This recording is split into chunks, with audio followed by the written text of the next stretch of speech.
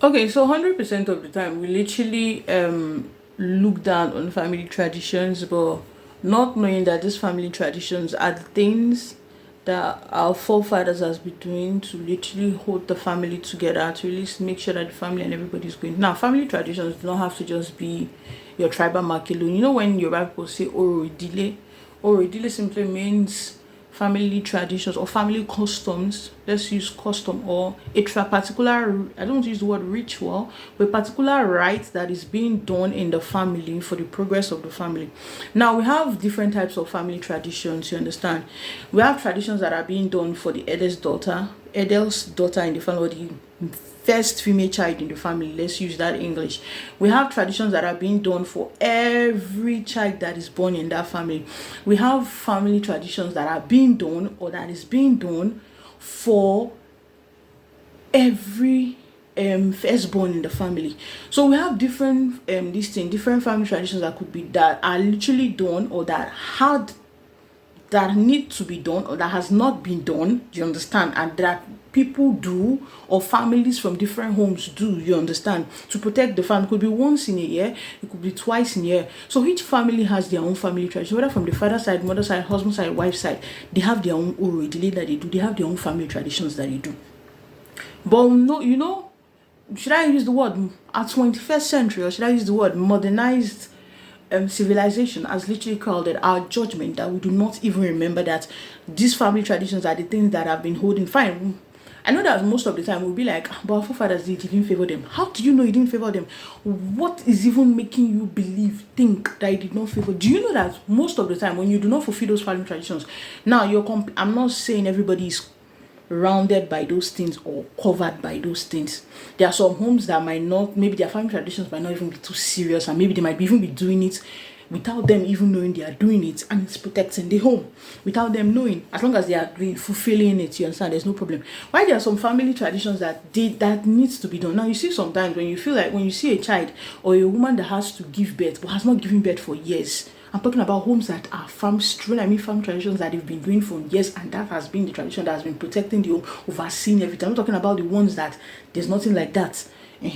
Now you see a daughter that how would I call it? A child that has not given, that has married into another family but has not given birth. It is because he or she might not literally know that it's because of that family tradition that has not been done for he or she, or for his or her wife. That is why the wife, or that's why she has not given birth. Now there are also family traditions that before a child be married, that right has to be done on that child, whether it's a male child or a female child. We have family traditions that even after the child is married, that right has to be done upon that child or for that child. Not just because of they just have to, maybe they just want to kill goat and chop meat, or maybe because they let them just keep blood on the ground. No, it's simply because they know for a fact that that tradition is literally going to do what? Protect the home, protect that child, oversee everything that is happening in the life of that child. So we should stop looking down on our family traditions, and we should stop. I'm not saying everybody, see, I keep saying that I have my own tribal mark. See it. It's not only I have my tribal mark. I have my tribal mark on my hand here, but it's not, it has even faded. I have my own tribal mark here. You understand? On my hand, little. I have it. I have another one here. Everything, every tribal mark, you understand? I'm not talking about the ones that they just do it for purpose of they just want to do it. I'm talking about the ones that literally have meaning. But today I'm not talking about tribal mark, but every tribal mark. You understand? I'm talking about the ones that have meaning, the ones that have true meaning, not the ones that they just want to do what is in their mind. Every tribal mark has a reason, a purpose.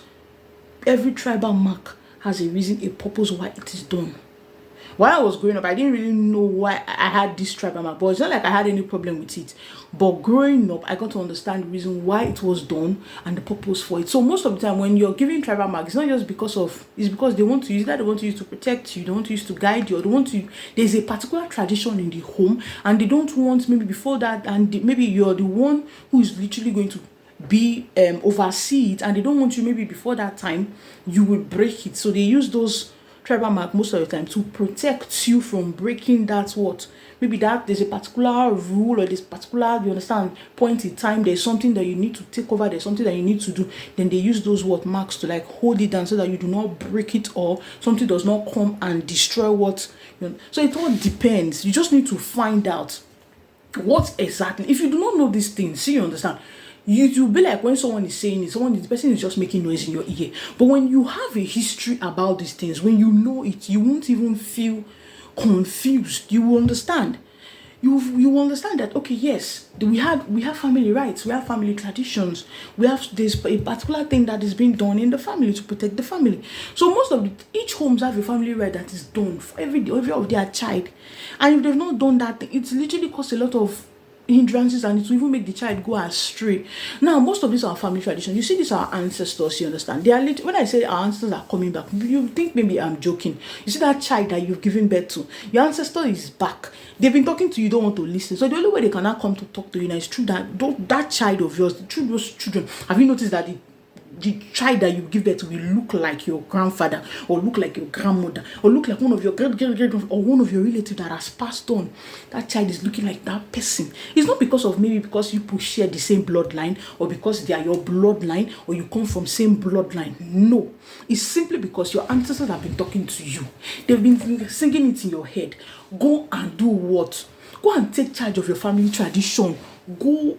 In short, find out what is that thing we do in our family. Go back. They've been using different signs to tell you. They've come to your dreams. You don't want to hear. You say you are doing, God forbid, God forbid. You are casting and binding. I'm not saying it's a bad thing. There are some things you cast and bind. So you get.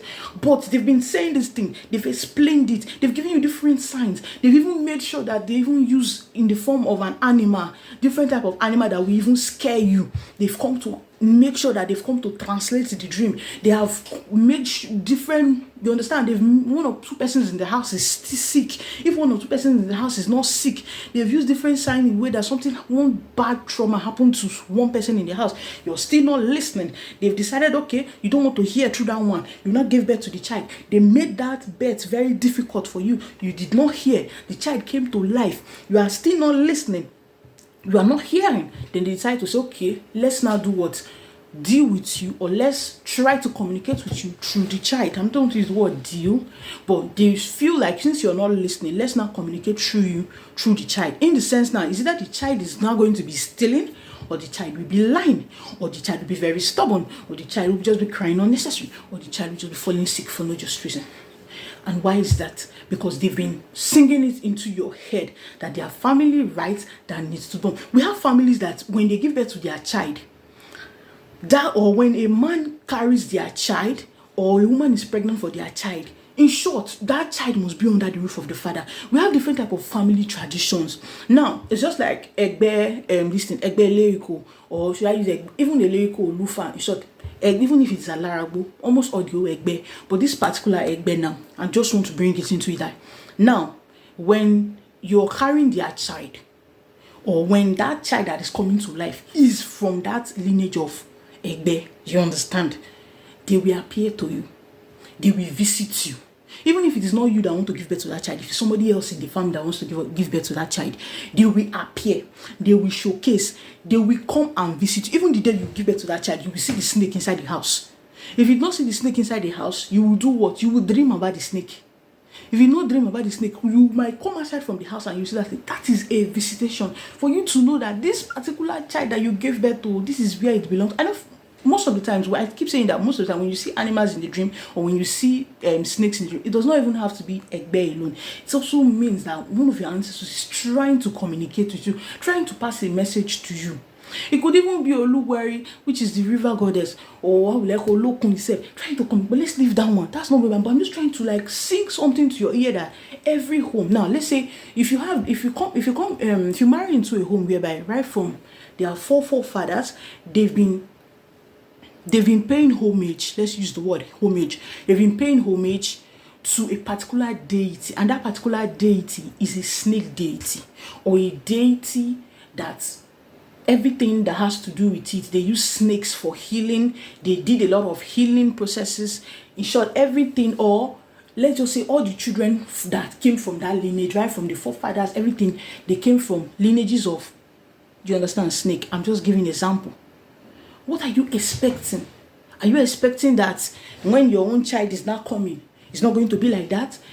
But I'm not saying all the children will be like that. But I'm just saying that it's just like when you have families of they've been doing this particular right from the first generation till your own 7th generation or your 9th generation, they've been doing that thing. They now reach your turn because you are what? Odogwa Karaka. You are very strong. You don't want to do the right thing. There's this proverb that said, give Caesar what belongs to Caesar. But that does not mean it's not going to stop you. Just do what you need to do and have peace. Abi, fine, it might look like you're contradicting your belief or you're doing something against your conscience, but just do it for the benefit of, for you to have your own peace of mind and for everything to be good. It will not remove anything from your blood. It won't remove anything from your body. So just do it and have peace of mind.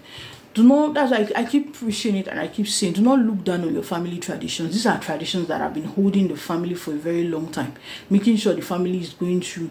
There are homes that even the wealth, the blessings, everything that you understand, they didn't really have it, but they had this gift of healing. But there are homes that they have it, both the blessings, the wealth, but they were not granted to their forefathers. But it's now you, the generation, that are receiving it.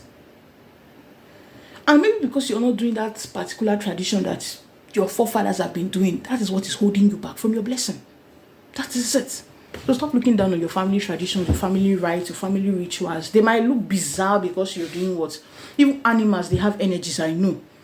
Plants have energies. But these are things that we've been using, our forefathers have been using to hold the family together. So make sure that the family stands strong so that nothing will happen. It might not be making sense in your ear. But just you take your time, observe, try and understand. That's why I say meet the right people. Do not rush. When it comes to spirituality, do not rush. Not rush, because if you rush, enter, you go rush, come and say. Do not rush. Take your time. This person, even if you are confused, ask questions. Ask questions. Because ask questions, no. Ask questions. See, there's a difference between you're just being curious and there's a difference between you're asking questions so you can know. So if person they follow you, they quarrel, they follow you, they chat because they ask question. Make the person fair hold don't first. Ask question, because if you're confused, they will ask you, why did you not ask? So it's best you even ask questions so that you would know. You have a knowledge of it. So that when so thing is happening, you'll be able to say, it's because we've not done this thing, or that's why this thing is happening. No. Ask questions and meet the right people. I know that fine, it's not easy to know the right spiritual guide or the right spiritual healer. Ask questions. I have explained this in terms of number.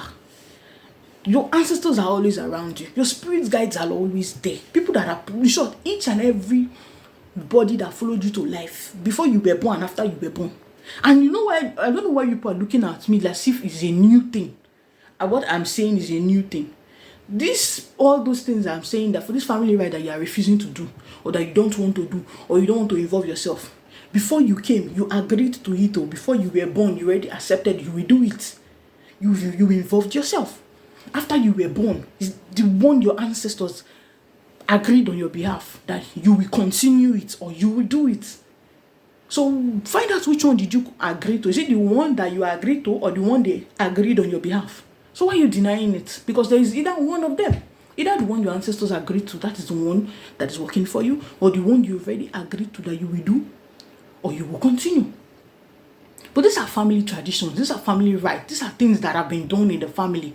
Even if this person does not have knowledge about it or does not have information about it, find out from the next person. Ask questions. They will answer you. Even if you're confused, ask. Keep asking until you get that answer that you want. A person that asks question, not who they ask question. I say a person that asks question, not the misroad. Who they ask question, not the misroad. Now when you don't ask question, when you gotta go shoot, as you they carry the one, then you misroad. So please guys, like, subscribe, comment, and share for people that don't have, or they are confused, or they are getting scared. You don't have to be scared. These are family rights. They don't say you should come and cut yourself, Abi. It's the only thing they said dedicate it. Is that they are different? I know every homes with their customs are right. They said dedicate or this child has been dedicated. Dedicated English has been dedicated to the family deity. I don't know why we call deity is the English word, but Orisha, the family Orisha. You understand? Or this how will I call it? There's this particular role that has to be done for this child, which is the family rights. It has to be done for this child, where they will pick a particular, you understand, there's a way it's been done, the process, they will do it, the elders in the home, they will do the prayers and everything. Why? It's not too hard though, it's not hard though. And I'm very sure that if that thing too, fine. I know that when you do, one thing that we need to understand, that when we do anything in this life, don't think that God himself is not seeing you. He's seeing you. You don't get one little bad thing when you do. You just say, God forgive me. They look at you and say, my pikin, I see you when you do the thing. I see you. Not your body, I see you. He see you when you do it. Not reason now.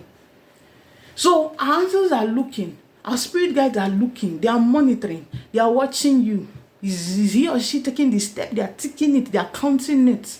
You get each and every day your visit. If you always have a visitation of your ancestors. So don't think they are not seeing you. You always have a visitation of different spirits. You're the ones that are there to protect you, the ones that are there to cause trouble. So what are you thinking? Or why are you not saying you cannot do it, you will not do it? It will just take you, if it's too long, if the process too long, so they want to do 1 hour, if it's too long. If it's too maybe that try that day they go do one. The process of when they are doing all this right, when they take 20 minutes, take 15 minutes. If they don't do it, fine. The moment they do it, I know, fine. It's like when you've signed up for something, you've connected to something, yes. But whatever you're connected to, whatever you're signing up to, ask questions. Ask questions so that you don't go lost. Ask questions, ask the right questions so that you would know what next to do and what not to do.